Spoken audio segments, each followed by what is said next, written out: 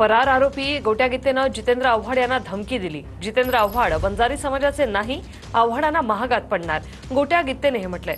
मकोका आणि महादेव मुंडे हत्या प्रकरणातील संशयित फरार आरोपी गोट्या गीतेनं व्हिडिओ व्हायरल केला। वाल्मी कराड माझं दैवत, धनंजय मुंडेंना बदनाम करू नका असं गोट्या गीते म्हणतोय।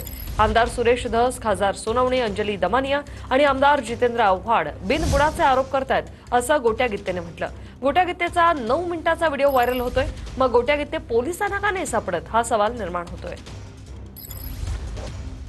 अरे तुला तर इकडे बघ, ए जितेंद्र आव्हाड तू इकडे बघ, तुझ्यावर हे करतो, तुझे माझ्याकडे व्हॉइस कॉल रेकॉर्डिंग येत आहेत। ते तिथं तू भाई तुम बडे भाई सॉरी सॉरी म्हणलेला ते टाकतो मी खाली। अरे तू हायस्कूलचा नेमका वंधारेचा संबंधाचा नाहीस तू, आणि तू असं हे करायला तुला आता मागात पडणार आहे। आणि इकडे बघ ना, मी गोटू गीते लहान सहान माणूस आहे मी, आणि मला फाशी भेटल न भेटल, पण माझ्या दैवतचा विषय ते इकडे का करायला तुम्ही असं करूच नका तुम्ही। पण तुम्ही असं धनंजय मुंडे साहेबाला बी टार्गेट करू नका।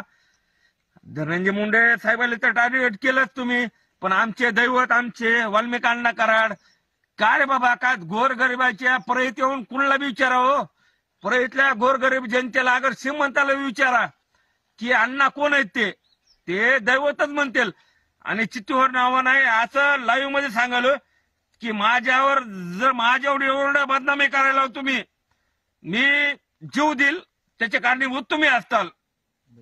जय हिंद जय महाराष्ट्र।